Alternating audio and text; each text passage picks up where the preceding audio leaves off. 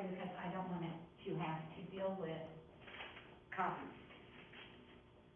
If I have them collated and stapled, they charge all extra for that kind of stuff. You don't still have to pay for copies? The department does. And so, because every time I print, I have to put a code in, unless I print in building 3 in room 311. Printing, that's an English department printer, and we pay for the ink, so we don't have to pay for the paper. So they obviously prefer that we do it there. Yeah. So that's why you get it on one side and not, and it's, at least it tends to be collated, so that's something. Okay, go, scroll up here. And I didn't realize that I had 2 places to turn in the compare and contrast paper, so do the one that's in week 7, okay? I'm gonna have to, Well, that's what it's in, the one in the seven? yeah, Oh, yeah, if you turn it into that, it's not a big deal, we can still live with that. Is that post, or is that new deal? Okay, let's see.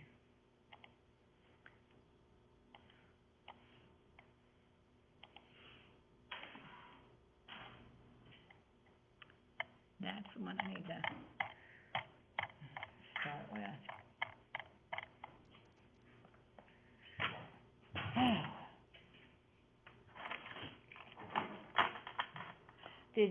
Did you guys see there were copies of your graded essays sent to you? Did you see that? Did I send them to you guys? Did I forget to send them to y'all? You got yours was handed back. Oh, yeah. Back earlier, because you turned yours in earlier than everybody else. Actually, the last 5 papers I got were the other 5 kids in this class. You guys were all the last ones turned in. Good work. No. Okay, no, that must be post then, that we were looking at the top of the TV. It goes to show you how dusty a TV. No, that's post. That's New Deal. It is New Deal. Okay. It used to be my classroom. I don't miss it whatsoever.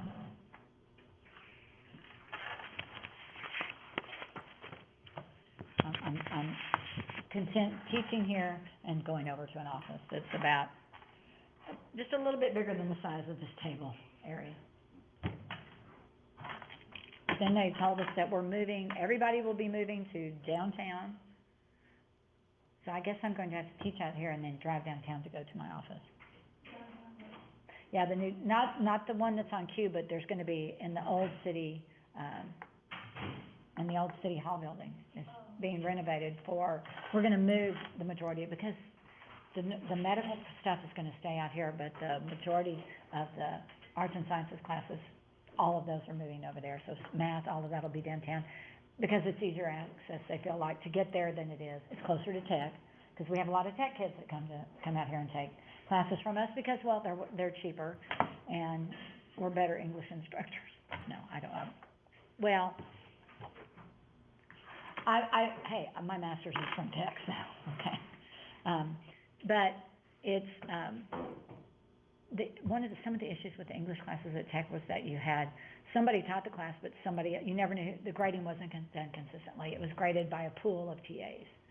When I was a TA at tech, I'm gonna have to yell. I graded papers, so. But I think they've changed that a little bit, okay? Miss Thompson? Good morning. Miss Thompson. Hold on, let me get close so I can hear. Yes, son. Yes. When is our final compare and contrast thing due? Wait, say that again? When is our final for, like, the compare and contrast essay due? Last night. Well, we all get confused. Okay. Did you look at the announcement? Well, we didn't have school yesterday, and we thought that you changed it to tonight. No, you got. So, like, most of us didn't turn it in. Yeah, I'm aware that there were some not turned in. And I did mention that on Thursday, that it was due Monday night, and it is in the weekly checklist for week 7.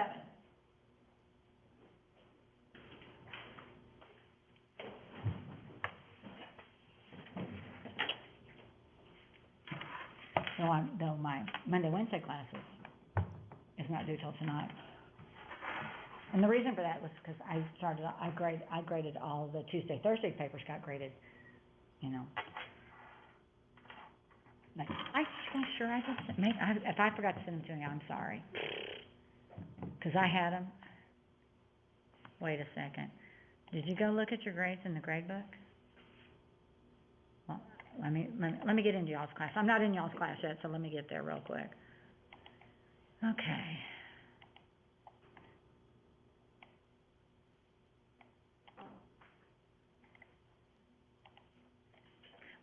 We're gonna start argumentation, still waiting for New Deal to get in there, okay?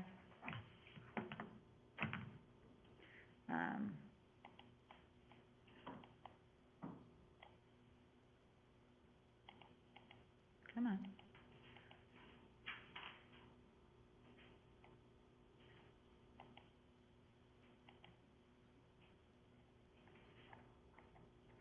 Yeah, if you had gone and looked at my grades,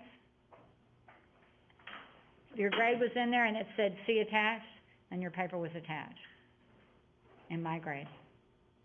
So I did do it. That's been a few days ago, okay? Because I just checked on you, Cal, so I thought, because I thought I'd remembered doing yours, so. What a day. There comes New Deal, all right.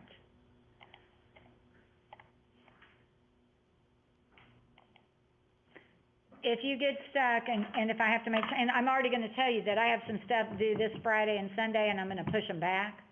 I'm just telling you already, because, part of it is because I had no schools yesterday, and nobody notified me until yesterday they weren't having school yesterday. And so, you know, and then I think I have a school who's gonna miss Wednesday because they're giving the SAT to all of their juniors and seniors. So they're gonna get no instruction this week, so it's tough. But if you will go, remember that when you go into the class, if you're unsure about stuff, and I'll put it in announcements because that's the easiest way for me to get it to everybody quickly. When you go in, look at announcements, and it will show you change in syllabus for week 6, but you'll see week 7 is there also, okay? So I gave you both weeks there. The only thing that changed were what was happening on the final due date. Because originally the due date was Friday on the compare and contrast, and I backed it up to Monday, okay? So when you're stuck, go look at that. Don't send me an email saying, now when is that paper due? Because I don't want to have to respond to 75 people asking me when something's due. It takes too long. So go to announcements, or when you're in the class, you can always go to course content. And when you look at week 6, it shows how it was modified and about the discussion board. And then, what did I just do there? And then, let me come back over here to, sometimes I forget to use the breadcrumb trail. And then in week 7, I even have it turn in final C&C. So if you're not sure what's going on, go to check the weeks. And that there's a reason that when you look at course content that it tells you what the dates are on the weeks to help you out. So what I'm hearing, what I'm seeing is that you guys aren't using what's available to you within the course, and you need to do that. Because there's a lot more of you than there are of me. And so that's why I try to put announcements, try to make sure the course content, that checklist is updated. So what I want to do right now is I want to talk about argumentation, because that's where everything is headed for the rest of the semester, is dealing with argumentation, all right? And so we have this argumentative assignment, making it really big, okay? And you will select a topical issue and write an argumentative essay about it. Topical issues are anything that you can debate both sides. They can be political, they can be something else. I got a really good paper from a high school student about arguing what was the best brand of mascara to use. Okay, it was a girl, and it was important to her.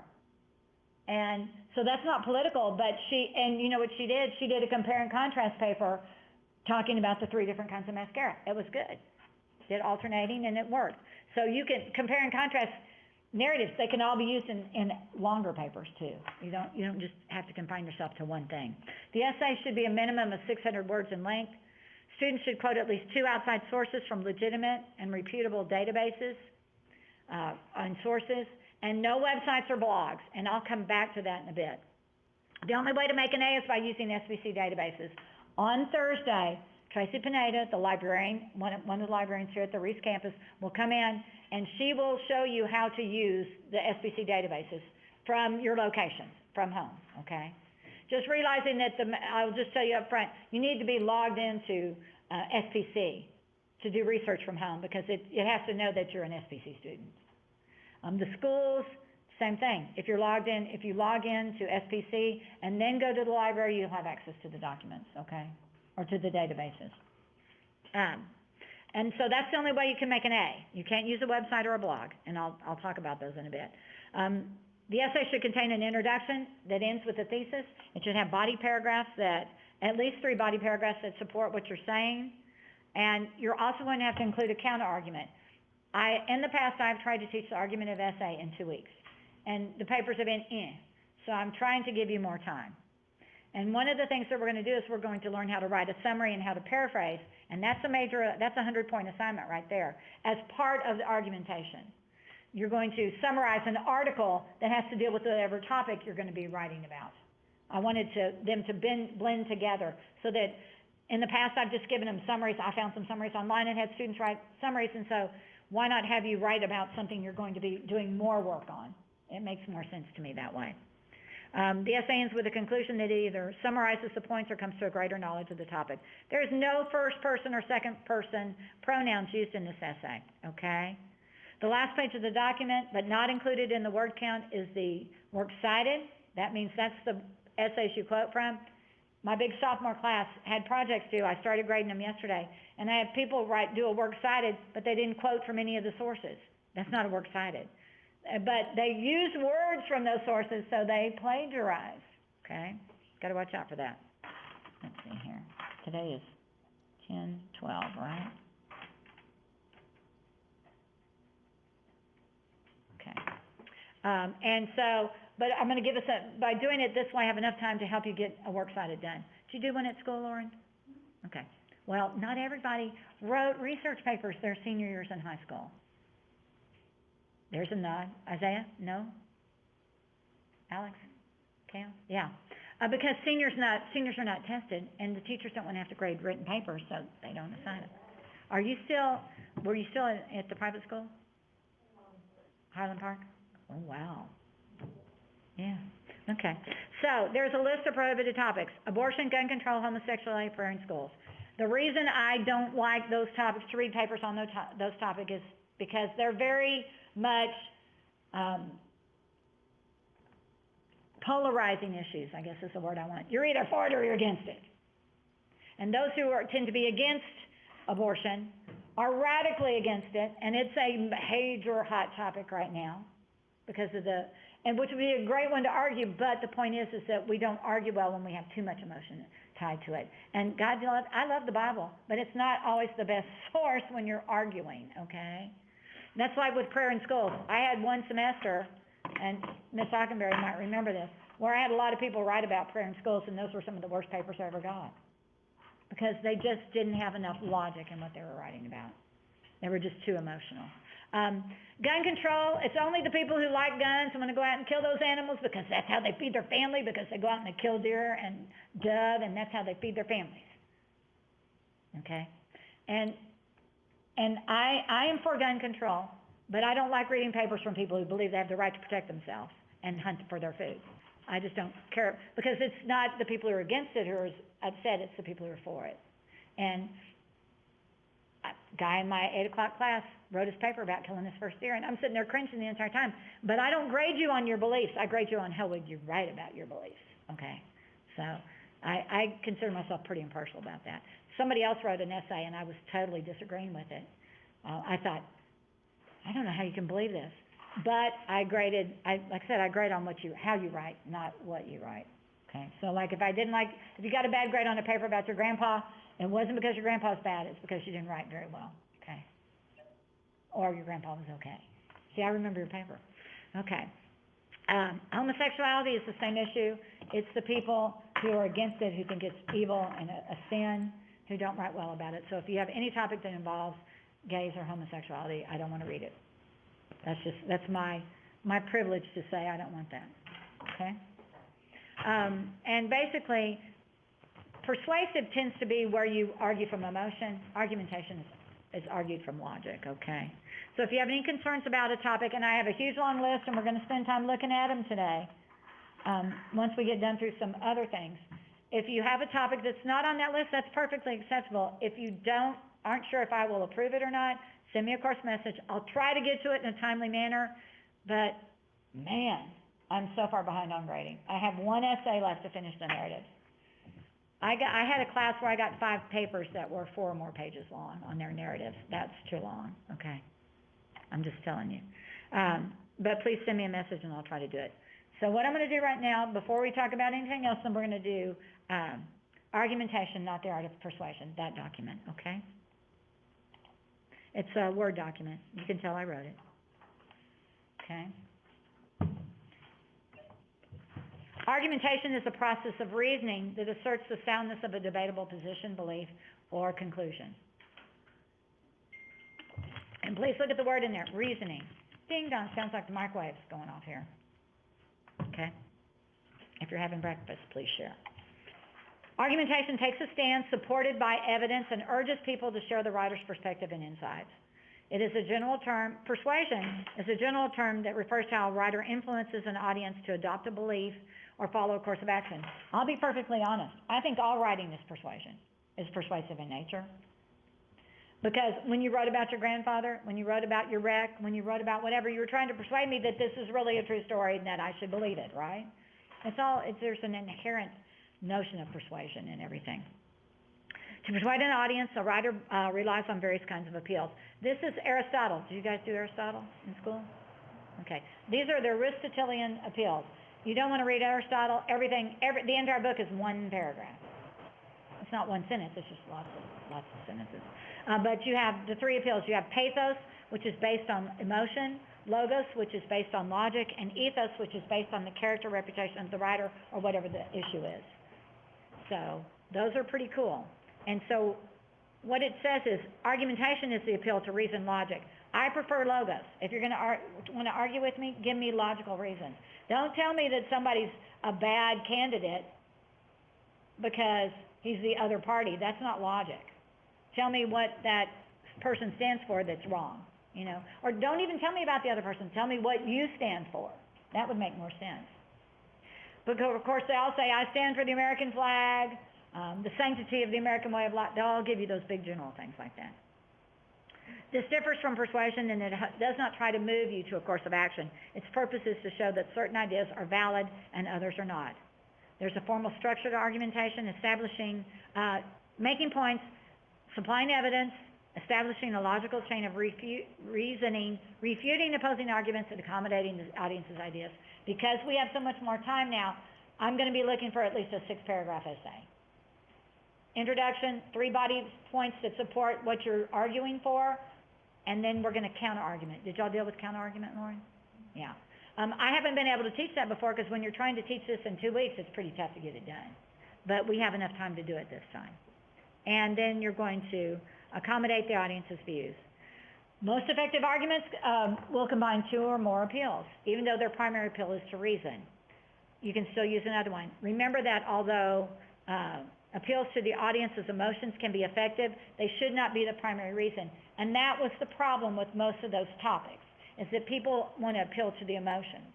So their evidence is going to be things that appeal to that. It's like one of those things that happens particularly with political campaigns, and if you paid any attention to television last fall, all you saw were campaigns.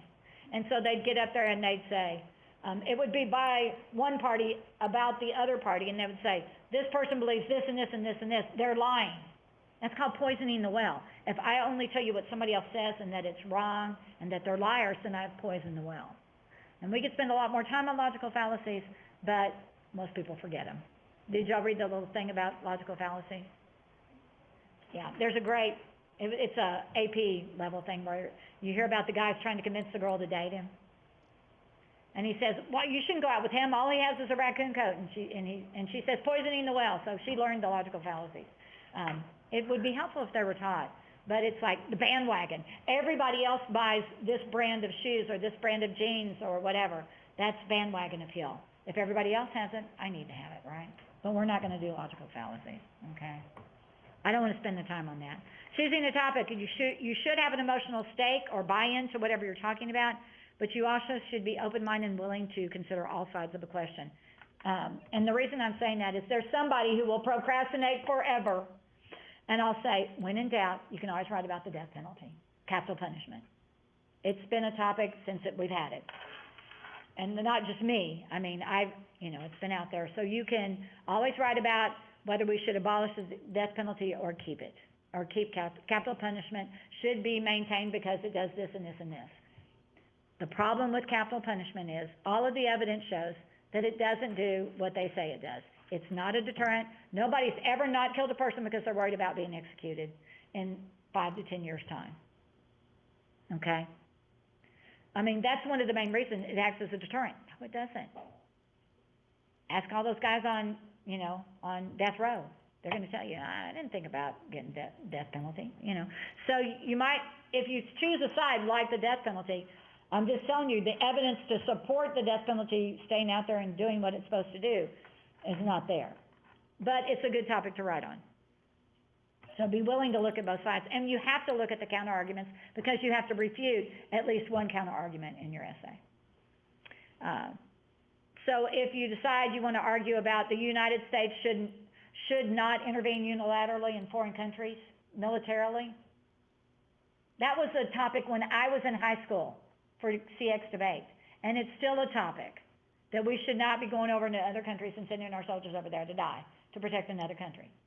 That's what that says. And unilaterally means on our own. So be willing, just be ready to change your position if you need to.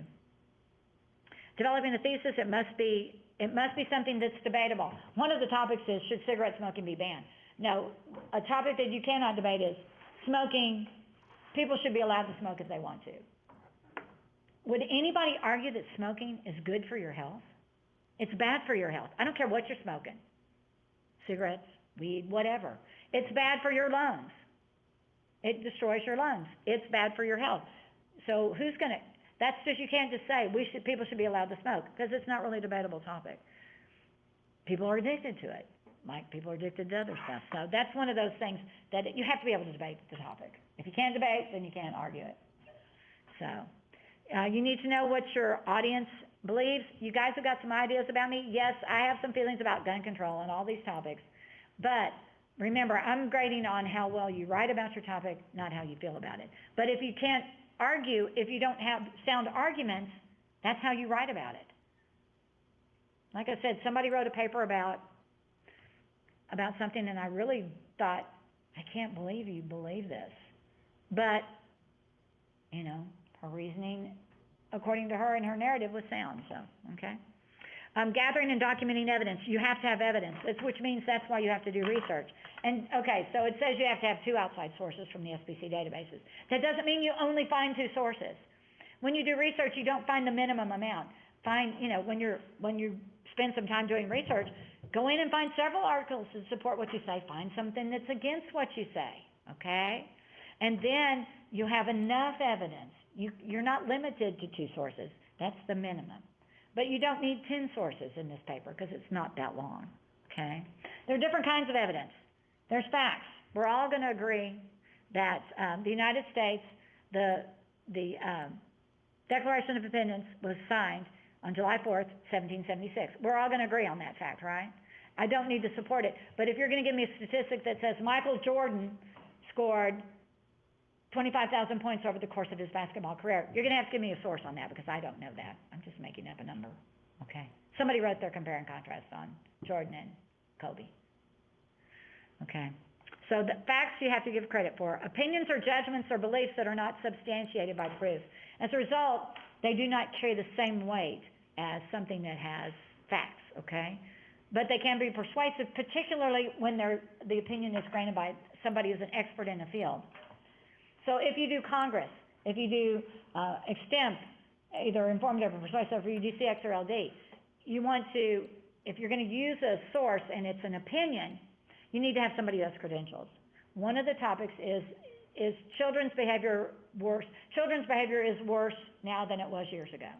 And so I used to teach a lot of SBC students. I'd have a couple of full classes of just SBC kids. And a lot of the girls take human lifespan and growth, development, whatever that class is. And so they want to write about that topic. And so one girl did that, and she said, oh, I found this wonderful source. It's a blog. And she really knows what she's talking about. So I said, okay, let's look at your source. She pulls it up, and I said, where's your name? And you see that, and you go, I said, what are her credentials? Well, she has 3 children. 3 children is not a large sample to talk about children's behavior, is it? Okay. And she's a mom, so as a source, she's not that legitimate. She's not that valid. But if I now say John Smith, the director of adolescent psychology at MIT, I have now given you evidence that his opinion is probably more believable than the author of the blog because, for one thing, he's done research into the field.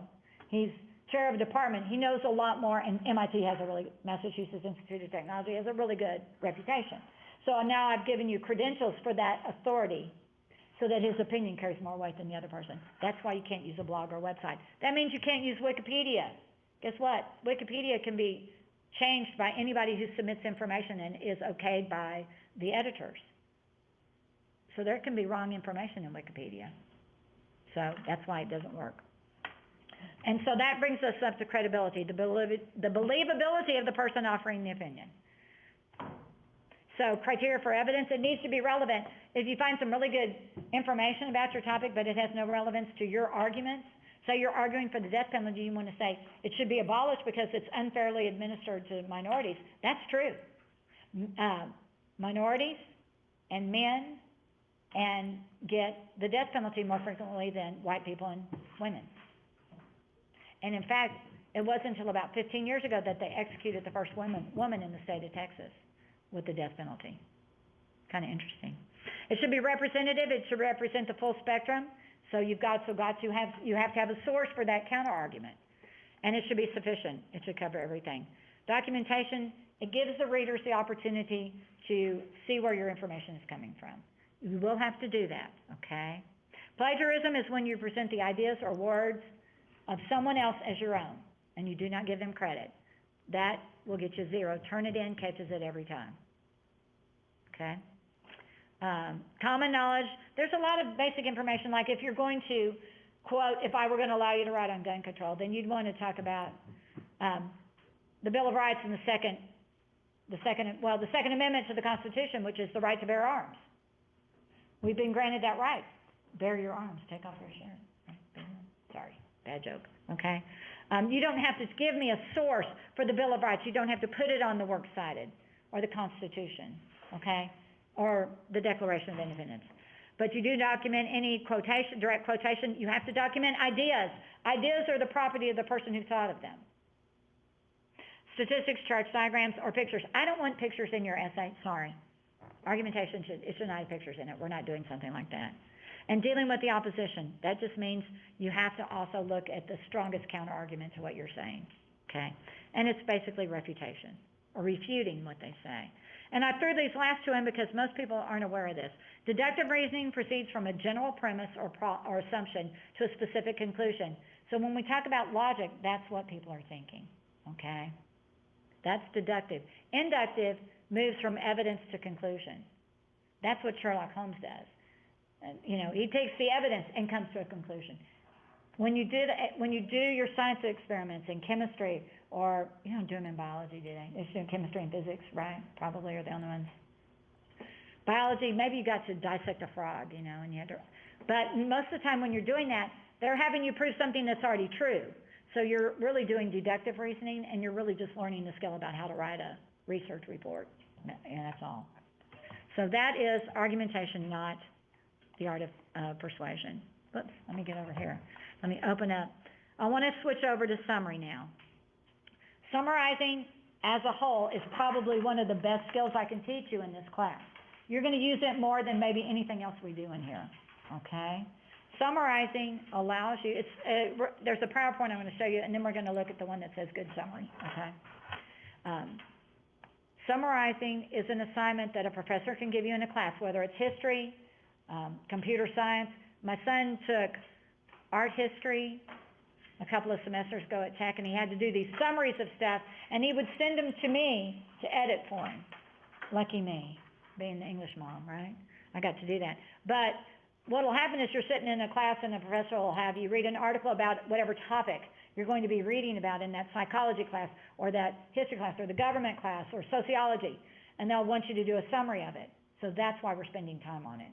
And a lot of times, particularly when you leave SBC and you go to a major university or college, a lot of times you have individuals who are working on their doctorates, even working on a thesis, and they may have you doing research for an assignment for them, but the whole point is you're reading an article and you're summarizing it, and it allows your person who's grading you to say, maybe I can use this article. This article is a good summary. I'll go see if I can use that. So it lets the reader know if they want to go to that article and actually read it. That's what a summary does. And so now we're gonna read about them, or PowerPoint about them. So, it helps if I get back to the beginning. No, sorry. I knew there was something I forgot to do. Okay. So interestingly enough, most English classes in college, first semester, are called 1301. That's the basic, that's what this class is. Writing an effective summary, though. So what it does is the summary is a significant reduction of the original source. So I'm hoping you can find an article at least 750 words more in the 1,000 to 1,250 range about whatever topic you decide on, and write a summary over it. And that becomes then a source that you can use in your argumentation essay, okay? Makes sense. We're going to use this to help you get the work done for that one. To write an effective summary, you need to follow these guidelines. You determine the main idea of the piece you have read or viewed. Main idea is taught as soon as you start being able to read. They want you to, what's the main idea in this story? Well, Spot ran. See Spot, run? Okay, that's that first grade primer or whatever. Write one sentence that captures that main idea. And then as you read or view, note the major areas of evidence that the piece includes. And then write one sentence that communicates the gist of each of those major areas. That's a summary. There's a bit more to it than that, but that's basically what you do. So you avoid these common problems. I love her tongue ring or lip ring. To avoid plagiarizing, do not look at the source while you are summarizing. It says, use what you remember from the reading or viewing. Do not use first or second person pronouns. A summary has nothing to do with you, the writer of the summary. The summary is about what somebody else wrote, so that's why you don't use I, me, my, or you or your, because it has nothing to do with you. It is an unbiased retelling or shortening, concise shortening of somebody else's work. Okay, that's what a summary is.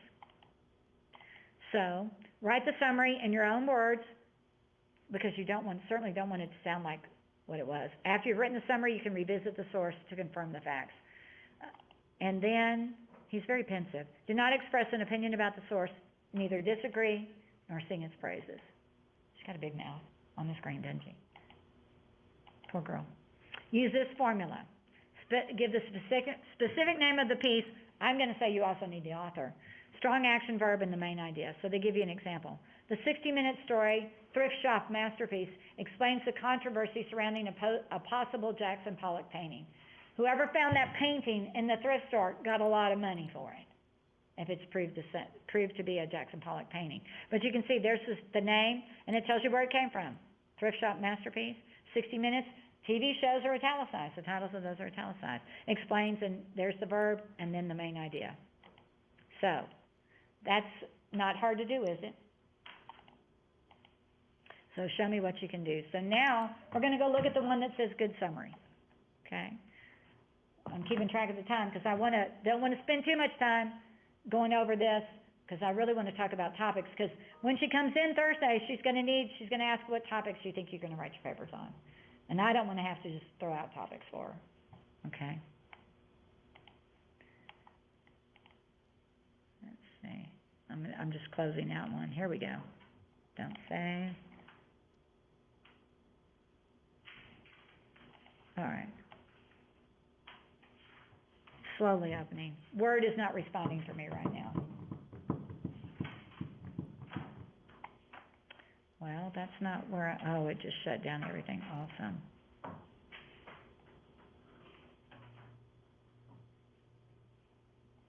Awesome. That didn't work.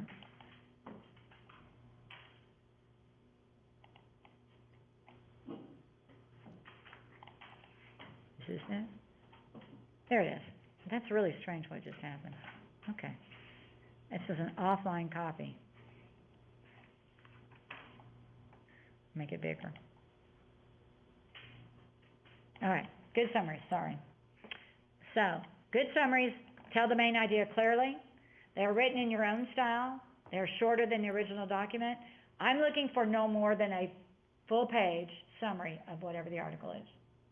I don't want 5 sentences because that's probably not enough. That means your article is too short. They explain all the important notions or arguments in it, and they condense a lot of information. So this is going to repeat some of what you saw in that quick PowerPoint. You've got to find the main idea. And they suggest that you read the article at least 3 times. Now, I'm realistic. You're not going to read it 3 times. Most of you are not going to read it 3 times, right? To be honest. You're all got your heads down. Sure, I'm going to read it 3 times. No. I don't even read them 3 times, okay? In the first reading, you want to get the general notion of the essay. Write that down after you finish reading. I'm going to stop right here and say, once you're doing research, go right down this hallway after class or before class, and go into the computer lab there after you've decided on the topic and you've seen how to do the research. Find some articles. Print off a couple. Remember, you get 60 copies a week printed off here at SBC. So go in there and print them off and use some of your money's paying for those. You might as well do it. And print a couple of copies of a couple of articles. Then you can write on them. It's easier.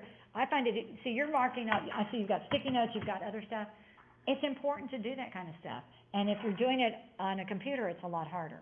Whereas if you do it on a hard copy, you can note, you can highlight, you can do things like that. Just be careful. If you highlight everything, that does you no good. All right? So the first reading, get the notion about what it's about. And whatever the main idea of the whole article is, it will be the thesis of your summary. To figure out the central idea, you should ask yourself why the essay was written and published. So here's things to look at. The title. The title tells you a lot about an article. Born to be Different. Remember the article about how men and women, well, the differences in actually how we interact with our world. Okay? So the title is important. The place it was published. And that can determine the audience, because if I say something was published in People magazine, it's out there for like 25 to 70-year-olds, right? It's entertainment. But if I say U.S. News and World Report, that's a different segment. If I say the Wall Street Journal, that's a different population, isn't it? And if I say Scientific American, then I've hit a different population. So where it's published, not the town, but the actual publication title of the publication is important, because it indicates who it's written for. It's a lot easier to read a People article than it is an article in Scientific American, okay? Because they're expecting you to have background knowledge of whatever that scientific article is about. The date of publication is important. The more recent the information, the better it is. When you're talking about argumentation, when you're talking about people writing about Shakespeare, doesn't matter when it was written. People have been writing about Shakespeare for 500 years. There's a lot of good ideas that were written in 1910. But when you're talking about a topical issue, in 1910, do they really know that much about how the internet is bad for people? They don't. So, that article is not going to be out there, for one thing. The type of essay is important, but the tone of the piece, tone is something that people are not taught anymore. Were you taught tone, the author's tone? Mood is what it creates in you, but tone is the words that the author uses create a feeling in the reader. So it depends on word choice. So if I were to say something smells, the coffee smells good, kind of neutral, right? I mean, it's a little positive. But if I said the odor of that coffee tickled hurt my nose, that's a negative connotation, right? But if I say the coffee perfumed the room, then I've made it smell even better. So the word choice we use determines how the reader feels about what we're writing. So if you talk about, if I want to influence people to say that we need the death penalty, then I'm going to use words that indicate that horrible, terrible, gross, evil things were done by people, and that's why they should be killed or executed. Okay? So a word choice is a lot, and that's the tone. So look for words that indicate a bias one way or another on the part of the author. And then notions which seem to be repeated. If they keep repeating things, it's like you're going to see in this particular document, it says short and concise is what it says several times about the length of a summary. If I keep repeating it, maybe you'll remember that. Okay? Here's an example. In Bypass Cure, James Johnson argues that new research suggests that the best cure for diabetes is the surgical solution of a gastric bypass. That is so incredibly wrong. My husband does not need a gastric bypass because that certainly would not cure his diabetes, I can tell you. That is so wrong, okay? But look at what it tells you. It tells you what the article is. It gives you the author's name. It says it's arguing that this research tells people that they should get a gastric bypass to cure diabetes. Identify important arguments. Second reading. If you're just skimming, that's okay. But this is where they say, read on a paper copy or use a computer program that allows you to annotate. I can write on my computer on a PDF, but I don't know if you can. So that's why I'm suggesting that you print hard copies out for your benefit, and then you've got all the information in your hands, and that's a lot easier to deal with. I'm not a teacher that teaches note cards, but I know a lot of high school teachers used to have kids put everything on note cards. And that gets unwieldy. I don't want to look at note cards, okay? Underline the topic sentence of each paragraph should be the first sentence. If there's not one, then you need to write down what you think was the main idea. Write that sentence in your own words, and then when you finish the article, read all the topic sentences that you wrote down and see if it works, okay? Then you have to rewrite them in your own words, though, so that you don't get caught for plagiarizing. You use complete sentences with good transition words. And that's where the transition words are what's important. Be sure you don't use the same words, phrases, or sentence structure as the original, because it will pick up as plagiarized from the article. It becomes a quote then. And turn it in, catches plagiarism. You may find you need to leave out some of the unimportant details, and it your summary should be as short and concise as possible. See, it's right there. That's the second time. So you write your summary, and you're going to begin it certain ways, and they give you a bunch of possible beginnings for the first sentence in your summary. And Cats Don't Dance, John Wood explains, then you put the main idea right after that. John Wood in Cats Don't Dance explains, according to John Wood in Cats Don't Dance, as John Wood vividly elucidates in his ironic story, Cats Don't Dance. These are all just ways you can do it. But you can say ironic because that's the tone the author created in the story. John Wood claims in his ironic story, Cats Don't Dance, that main idea. Look for the thesis sentence or write out a thesis sentence that summarizes the main idea and finish it. And this just goes on basically to say, underline the topic sentence in the body paragraphs and write those down to help yourself out. So here's an example of a first sentence. In Cats Don't Dance, John Wood explains that in spite of the fact that I hate the phrase, in spite of the fact, a fact that cats are popular pets who seem to like us. Felines are not really good at any activities that require cooperation with someone else, whether that is dancing or sharing. Guess who has slept with me the last 2 nights? Little kitten with his claws. If I move too much, those claws sink in, or the mouth bites. I was like, go to sleep, go to sleep. 2 dogs and a cat under the covers with you, get some warm. The rest of your summary should tell some of the central concepts. Make your summary as short and concise as possible. There it is again, okay?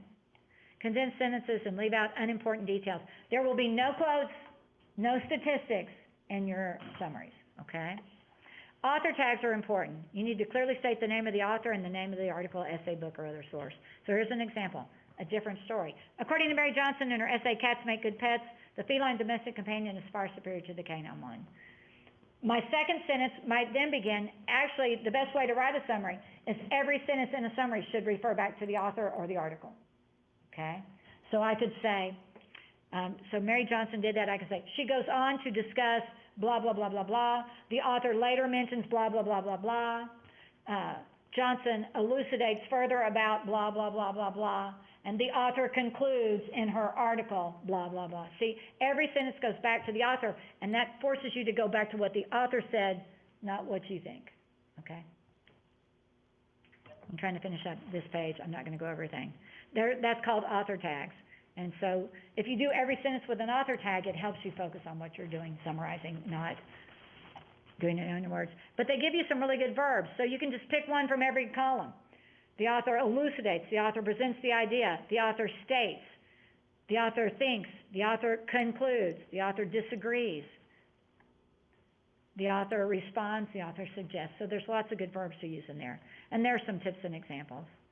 And it basically says every time after the first time, you should only refer to the author by their last name. I'm saying you can use the first and last name. You can use first and last name more than once. Just don't do every sentence with Ray Johnson goes on to do this, Ray Johnson does this. You need to vary how you tag the author in the sentence. But don't ever refer to them by first name only. First name only is very informal. That's what you call your friends. And this is a formal academic document. And we're going to stop there with this, okay? They give you some more examples. I want to go to the topic list, okay? Let's see. It's still up. Oh, I guess I shut it down too. Awesome. Getting a bit too... I gotta shrink it down so I can find it. Okay, the topic list is next to last in the argumentative folder in week 7. I'll copy all of these folders into week 8 for you so you'll have them. But we're just gonna skim through a bunch of these, okay? So you can see that there's a lot out there. Again, this is not all inclusive. If you don't like any of these, you can go off of it, but you probably should clear it with me. I once had a student who wanted to write about that horses should not be used as slaughtered for meat. And so emotionally tied to that topic, but couldn't find any evidence about it. So never wrote the essay. Failed my class, turned around and took it the next year from me again, and did a lot better. That's why you have to really, that's why I want to clear any topic that's not on the list, okay? So the first one says, and this kind of goes along with what we saw earlier, is global climate change man-made? Don't use a question as your title. You would say, global climate change is man-made. Don't do it a question. I should be able to tell your stand on it from the title. Is the death penalty effective? Slightly different version than what I was using. Is our election process fair? You know, we have popular vote, but we also have the electoral college, and the electoral college is what actually determines who the president is. So you could win the popular vote, but if you win it in states that don't have a large percentage of electoral votes, that person could lose the election. So it's not necessarily fair. What happens is that states that have a larger population have a greater say in who's going to be the president.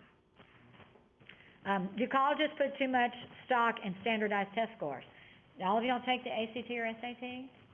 The good thing is you don't have to take that to go to South Plains College. You are accepted in here. It does determine how well you score on that could place you in regular classes. Then you have to take the TAS. Are they still taking the TAS? TAS? No, STAR is what you take in high school. TSI? TSI, there we go. Texas, well, that's your scores, yeah. Okay. Yeah, but they put way too much stock in it, and part of the reason with that is that the SAT and ACT, the SAT in particular, is more aimed at upper middle class white people. And that's not everybody going to college, is it? So, not fair. Is torture ever acceptable? Only when you're teaching English. It's acceptable. Having to listen to me for 50 minutes. Should men get paternity leave for work? That's a good topic. That's a topic a lot of people want to read about. I've got Jose's expecting a baby. Not him. His girlfriend's expecting a baby in December. And he's like, yeah, I want paternity leave. I said, that doesn't mean you get to cut class. He's like, oh, okay. Is a lottery a good idea? We put in the lottery in the state of Texas to help fund education. I don't know if any money's ever gone to education from the lottery. That would be an interesting research thing to figure out. Do we have a fair taxation system? I don't know. My son does my taxes, and I've had to pay taxes, not a lot, but I've had to pay taxes the last few years. But by golly, our former president has not paid taxes in the last however many years because he can afford the best accountants, the best tax lawyers. I can't. So, wealthy people don't pay a whole lot in taxes. Y'all aware of that? Because they can afford good tax accountants, okay? I like this one. Do curfews keep teens out of trouble? Do curfews keep teens out of trouble? No, they don't keep teens out of trouble. Whatever you can do whatever you can do after a curfew, you can do before a curfew, right? That goes for anything. So curfews don't work. You can still have an accident, you can still get pregnant, you can still get drunk, you can still get high, you can still rob a store, okay? That pretty much covers everything, doesn't it? Okay. Is cheating out of control? We're not talking about cheating on your boyfriend, girlfriend, your spouse. We're talking about cheating on your taxes, cheating in school. Now, don't you think I know a lot of those kids take the test? Some people take the test, and the other people are going, "What? You're watching them take it." I get that. I'm not dumb. That's why my tests are open notes for grammar, and the tests over the chapters are open book, because you can go look at the book while you're taking it. If you can't pass it, don't ask me if you can retake a test. I'm allowing you to use notes. I'm allowing you can get to the book. If you don't do well on it, that's not my fault. I'm allowing you to cheat. I'm allowing open notes, open book. Okay? That's not cheating. Are we too dependent on computers? Dadgummit, this class wouldn't happen without computers. And thank God we had them when we got sent home for the pandemic, or else education would have just gone. And a lot of places, it did just go, Are parents clueless about child predators on the internet? I don't think that's the best way to look at that topic. Are parents clueless about ways to monitor their children's activity on the internet would be a better one. Because trust me, my 9-year-old grandson likes to make TikTok videos with bad words in them, and does not make my daughter happy whatsoever. He loses that phone a lot, okay? Should animals be used for research? Should we put things that burn little bunny skin on them so that we can have, mascara? That's the best. Oh. Should cigarette smoking be banned? Don't write on that one. I'm just telling you, drop number 13. Are cell phones dangerous? Come over here and let me Your hit you with conference the is cell phone. scheduled to end Yes, in they're 2 dangerous. minutes. The use of a cell phone. It's not cell phones that are dangerous. It's the use of a cell phone that is dangerous. Okay? So that would need to be modified. Are law enforcement cameras an invasion of privacy? Tried to pass this in Lubbock within the last 10 to 15 years, and it could not pass. That means if you ran a red light, they could send you a ticket because they'd get a picture of you running it. You can't refute that. And God Almighty, have you sat at a light in Lubbock, seen how many people run it? Sheesh. We wouldn't have to worry about coming up with money to pay for all the policemen's races, would we? Are test scores a good indication of a school's competency? I have as an educator, having taught in public schools and in college, I disagree with this. I think blaming a school for a student's inability to learn information, yes, teachers are important, but isn't the student responsible for their own learning? And aren't the student's family, their parents, responsible? We don't hold them accountable. Why do we only hold the schools accountable? Okay. Do we have a throwaway society? Is child behavior better or worse? Should companies market to children? It's October, we're getting all those Christmas ads. Can't get any of those toys because they're all sitting on those boats out in those ports. Should the government have a say in our diets? It determines New Deal didn't last. It determines what those kids eat in school. Have you noticed how all the food seems to be brown in schools for some reason? Does access to condoms prevent teen pregnancy? Access doesn't prevent anything. Usage does. Right? You with me? Okay. Does access to condoms lead to irresponsible, dangerous, or bad behavior? No. It's just like the curfew. They're going to do it whether they have a condom or not. Let's be honest, okay? I've had pregnant students in college who've Your had babies conference and is come back now to class over. the next day. Goodbye. I've had kids, in the high school, it's their birthday, and they don't come to school because, by golly, it's your birthday. You shouldn't have to go to school on your birthday. Right? So, Thursday, she's coming over to show you how to use the databases. Go in and look at the list. We only got through, not many. You're going to see there's a lot on there, okay. Is homework harmful or helpful? That's an interesting topic. Should students be allowed to grade their teachers? Guess what? You get to evaluate your teachers in college all the time. At the end of the semester, there's actually, I believe in Blackboard, there's even an option for evaluations. Let me get back up there and see. Yeah, there's evaluation. That's one of the things down here at the bottom on the right. So you click on evaluation, and it will show every class you're taking. Oh, that's the wrong evaluation, my bad, it's up here.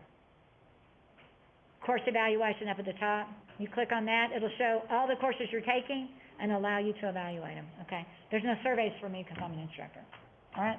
I'll see y'all Thursday, get those, if you didn't get your paper in, get it in, okay?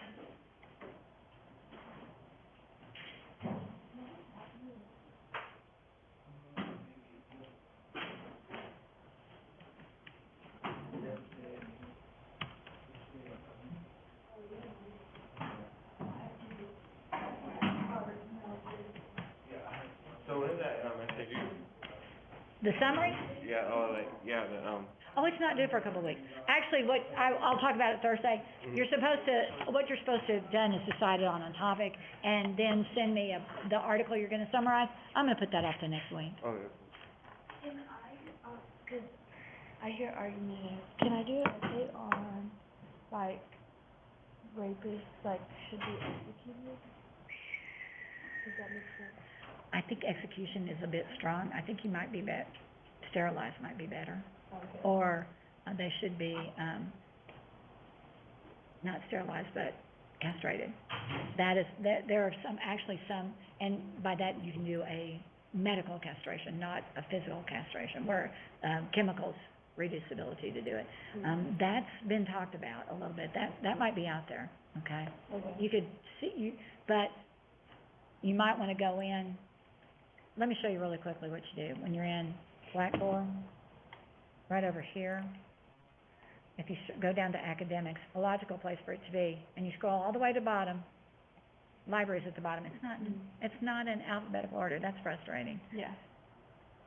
You click, it says this link, so you click on that one, and you can go into databases, and I'm just, come on, let's go. There we go.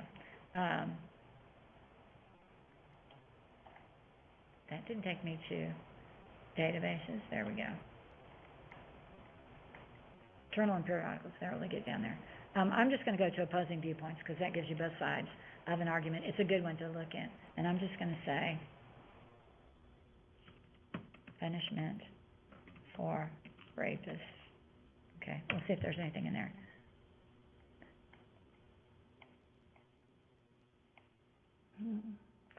That's interesting.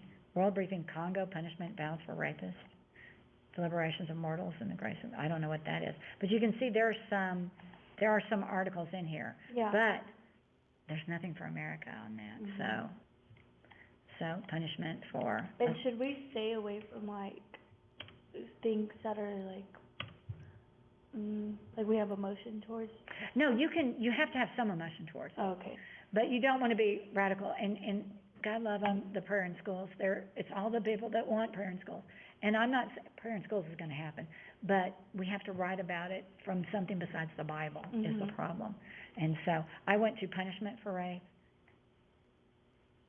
campus sexual assault education, introduction to sexual violence, uniform code of military justice sex offenses, Brown's rape list, justice ways death penalty for child rape. Yeah. There, that looks like a good one. So Bangladesh, see, we've got that, calls for punishment for rape to be reduced. The NFL ups punishment for rape and domestic violence. But what you might wanna do is, instead of, you might wanna talk about, you might wanna argue that punishments are not strict enough for rape. Yeah.